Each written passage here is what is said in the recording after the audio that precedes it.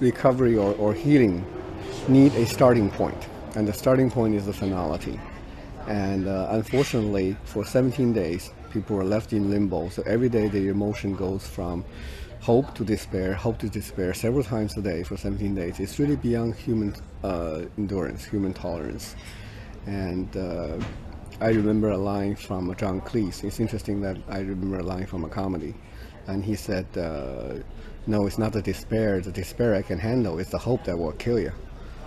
I think the lay people may see some of their reactions as being irrational or unreasonable.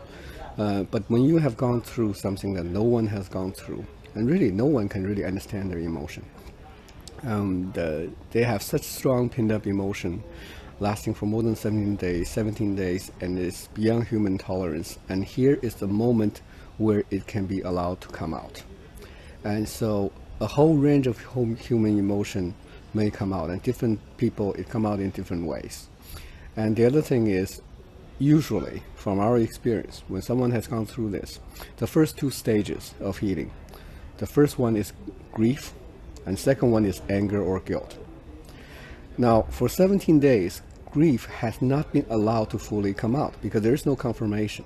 So they were being tortured for 17 days. So when the moment of confirmation came out, however reluctant they may or may not want to accept it, the stage two, the anger part, is the one that seemed to come out first, or came out along with grief, came out altogether. And the reason the anger would come out this time is because anger allows that emotion to come out quicker, stronger, because they need to cleanse that out of their system. And I think the most difficult one would be an elderly couple losing their children and grandchildren. Because in the Chinese culture, when you get to a certain age, your meaning of life has to do with the younger generation. That's why you're here. And these are the people that I am worried about the most. And these are some of the people that we may need to put on suicide watch. But most of them will be able to move on and live a reasonably good life. And it is a long, difficult process.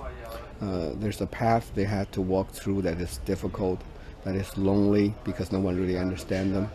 And we just want to make sure that there's someone who understands them, who can walk along with them.